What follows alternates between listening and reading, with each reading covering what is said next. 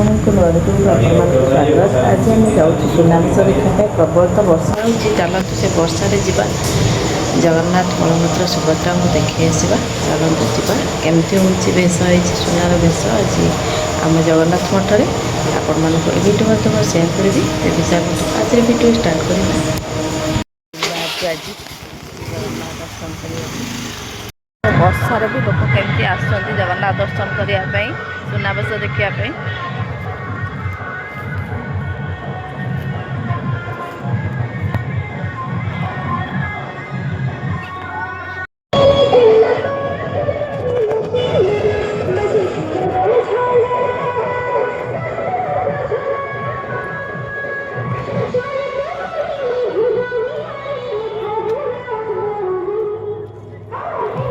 ବର୍ଷା ତ ପ୍ରବଳ ହେଉଛି, ସେଥିରେ ବି ଦୋକାନ ଖୋଲା ଅଛି। ଆଉ ଅଳ୍ପ ଅଳ୍ପ ଦୋକାନ ହେଇଛି ଏଥରକ। ଆଉ ଏଠି ଗୋଟେ ଭୋଗ ସାମଗ୍ରୀ ଦୋକାନ ହେଇଛି। ଆଉ ସେଥିପାଇଁ ମୁଁ ସେଇଠୁ ଟିକେ ଅଟକି ଗଲି ଆଉ ଟିକେ ଦୀପ ନେବା ପାଇଁ। ଆଉ ଦୀପ ନେଇ ଠାକୁରଙ୍କ ପାଖକୁ ଯିବି। ମହାପ୍ରଭୁଙ୍କୁ ଦୀପ ଜାଳି ପ୍ରାର୍ଥନା କରିକି ଆସିବି, ପ୍ରଭୁ ସମସ୍ତଙ୍କର ମଙ୍ଗଳ ହଉ। ଆଉ ସେଥିପାଇଁ ଦେଖନ୍ତୁ ମୁଁ ଗୋଟେ ଦୀପ ନେଇଗଲି। ଟିକେ ଜୋରଦାର ତାଳି ହେଇଯାଉ। ହର୍ଷ ମିଶାଉ ସୁନ୍ଦର ପରଫର୍ମାନ୍ସ। ତାପରେ ଆଉ ଗୋଟେ ଦୀପଟେ ନିଅ। ପୃଥ୍ୱୀ ସଦା ଖୁସି ଆସନ୍ତାକାଲି 10 ଟଙ୍କିଆ ଦେଲ। ପତିତ ଶ୍ରୀଯୁକ୍ତ ପତିତ ପବନ ଦାସ ଭଜନ ସନ୍ଧ୍ୟା କାର୍ଯ୍ୟକ୍ରମ ରହିଛି। ତେଣୁ ବହୁ ଦର୍ଶକ ବନ୍ଧୁ ଆପଣମାନେ ଭଜନ ସନ୍ଧ୍ୟାରେ ପହଞ୍ଚନ୍ତୁ ଏବଂ ଭଜନ ଉପଭୋଗ କରନ୍ତୁ। ଆସନ୍ତାକାଲି 5 ଟଙ୍କା ବାହୁଡ଼ା ଯାତ୍ରା 10 ଟଙ୍କା ଦେଖିଲ। 10 ଟଙ୍କା ସରି ନେବେ ଆସନ୍ତାକାଲି ହଁ 10 ଟଙ୍କା ଆମର ନେବେ। ନୀଳାଦ୍ରି ବିଜେ, ନେବେ ହଁ ଅଧରପଣା ନୀଳାଦ୍ରି ବିଜେ ଏବଂ ତା ପୂର୍ବରୁ 20 ଟଙ୍କା ନା କଣ? ଆମର ଶ୍ରୀଯୁକ୍ତ ପତିତ ପବନ ଦାସଙ୍କର 20 ଟଙ୍କାଟେ ଦେଇଥିଲେ। ଭଜନ ମୁଁ ସନ୍ଧ୍ୟା 20 ଟଙ୍କା ଫେରତ କାର୍ଯ୍ୟକ୍ରମ। ଦେଲେ ଆପଣ 10 ଟଙ୍କାଟେ ଦେବେ। 5 ତେଣୁ ଟଙ୍କା। ବହୁ ସଂଖ୍ୟାରେ ଯୋଗଦାନ କରି 10 ଟଙ୍କା ନେବେ ସିଏ। ଭଜନ ସନ୍ଧ୍ୟାରେ ସାଫଲ୍ୟମଣ୍ଡିତ କରିବା ହେବେ। ସେଇ ନିଅ। ଯେଉଁମାନେ ପାର୍ଟିସିପେଣ୍ଟ ଅଛନ୍ତି ସେମାନଙ୍କୁ ବିନମ୍ର ନିବେଦନ, ଯେଉଁମାନେ ଆଜି ଫାଇନାଲରେ ଅଛନ୍ତି ବା ନାଚିଛନ୍ତି ସେମାନଙ୍କୁ ସମସ୍ତଙ୍କୁ ଅନୁରୋଧ କେହି ଯିବେ ନାହିଁ ଶେଷ ପର୍ଯ୍ୟନ୍ତ।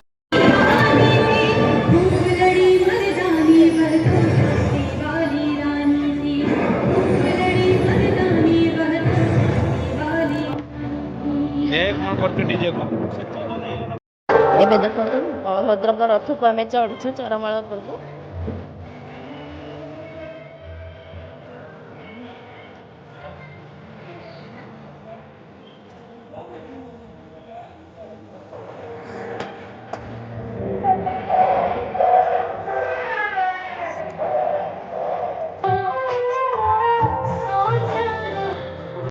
ଏଇଠି ଦେଖନ୍ତୁ ବଡ଼ ଠାକୁର କେତେ ସୁନ୍ଦର ସଜା ହେଇଛନ୍ତି ଗହଣାରେ।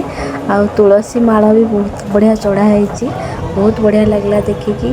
ଏବେ ମା ସୁଭଦ୍ରାଙ୍କ ରଥ ଆମେ ଚଢ଼ୁଛୁ ଚାରମାଳ ଉପରେ। ଆଉ ଦେଖନ୍ତୁ ମା ସୁଭଦ୍ରାଙ୍କ ରଥରେ କେତେ ଭିଡ଼। ବର୍ଷା ହେଉଛି ତଥାପି ଲୋକ ବହୁତ ଆସୁଛନ୍ତି ଦେଖିବା ପାଇଁ। ଆମେ ରାତି 9ଟା ବାଜିଲାଣି ଗଲୁ, ତଥାପି ଲୋକ ବହୁତ ଭିଡ଼ ଥିଲେ। ବର୍ଷା ସତ୍ତ୍ୱେ ବି ପ୍ରଭୁଙ୍କ ଦର୍ଶନ କରିବାକୁ କିଏ ବା ନ ଚାହେଁ। ଦେଖନ୍ତୁ କେତେ ସୁନ୍ଦର ମା ସୁଭଦ୍ରା ସଜ ହୋଇଛନ୍ତି। ଆଉ ପୁରା ତୁଳସୀ ମାଳ ଆଉ ଗହଣାରେ ବହୁତ ସୁନ୍ଦର ଦେଖାଯାଉଛନ୍ତି। ଏବେ ମହାପ୍ରଭୁ ଜଗନ୍ନାଥଙ୍କ ରଥରେ ଆମେ ଚଢ଼ୁଛୁ ଚାରମାଳ ଉପରେ। ସେଠି ଆହୁରି ଭିଡ଼। ଆଉ ରଥରେ ଆମେ କିଛି ସମୟ ପୁରା ଠିଆ ହେଇଗଲୁ ଚାରମାଳ ଉପରେ। ବର୍ଷା ତ ହେଉଥିଲା, ବର୍ଷା ସତ୍ତ୍ୱେ ଝିପିଝିପି ମହାପ୍ରଭୁଙ୍କୁ ଦର୍ଶନ କରିବା ବହୁତ ଭାଗ୍ୟରେ ଥିଲେ ମିଳେ। ଆଉ ଏ ବର୍ଷର ସୁନାବେଶର ଅନୁଭୂତି ବହୁତ ବଢ଼ିଆ ରକମର ରହିଗଲା। ମହାପ୍ରଭୁଙ୍କ ଦର୍ଶନ କରିବା ପାଇଁ ମୁଁ ସନ୍ଧ୍ୟାବେଳରୁ ବାହାରିଥିଲି, କିନ୍ତୁ ବର୍ଷା ଘଡ଼ଘଡ଼ି ପ୍ରବଳ ହେଉଥିଲା। ଆଉ ଯିବିନି ଏମିତି ହେଇକି କିଛି ସମୟ ବିତିଗଲା। ରାତି 9ଟା ବେଳେ ମୁଁ କହିଲି ନାଇଁ ବାହାରିଛି ମାନେ ମହାପ୍ରଭୁଙ୍କୁ ଦର୍ଶନ କରିବି।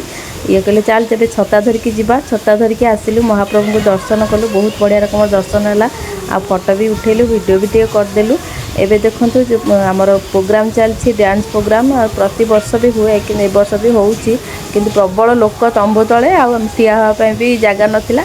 ସେଥିପାଇଁ ଆମେ ଟିକେ ସମୟ ଠିଆ ହେଇ ଭିଡ଼ିଓ କଲି, କିନ୍ତୁ ଭିଡ଼ିଓ ବି ଭଲ ହେଲାନି, ଯାହାଫଳରେ ଲାଇଟ୍ ପାସ୍ କରିଯାଉଥିଲା। ଆମେ ପଳେଇ ଆସିଲୁ ସେଠୁ 2 ମିନିଟ୍ ଖଣ୍ଡେ ଠିଆ ହେଇ। ଆଉ ବର୍ଷା ତ ହେଉଥିଲା, ଭିଜି ଯାଇଥିଲୁ, ସେଥିପାଇଁ ଆଉ ବେଶୀ ସମୟ ରହିପାରିଲୁନୁ। ଆଉ ଏବେ ଦେଖନ୍ତୁ ଆମେ ଘରକୁ ରିଟର୍ଣ୍ଣ କରୁଛୁ। ଆପଣମାନଙ୍କୁ ଆମର ଭିଡ଼ିଓଟି କେମିତି ଲାଗିଲା ନିଶ୍ଚିନ୍ତ କମେଣ୍ଟ କରି ଜଣାଇବେ।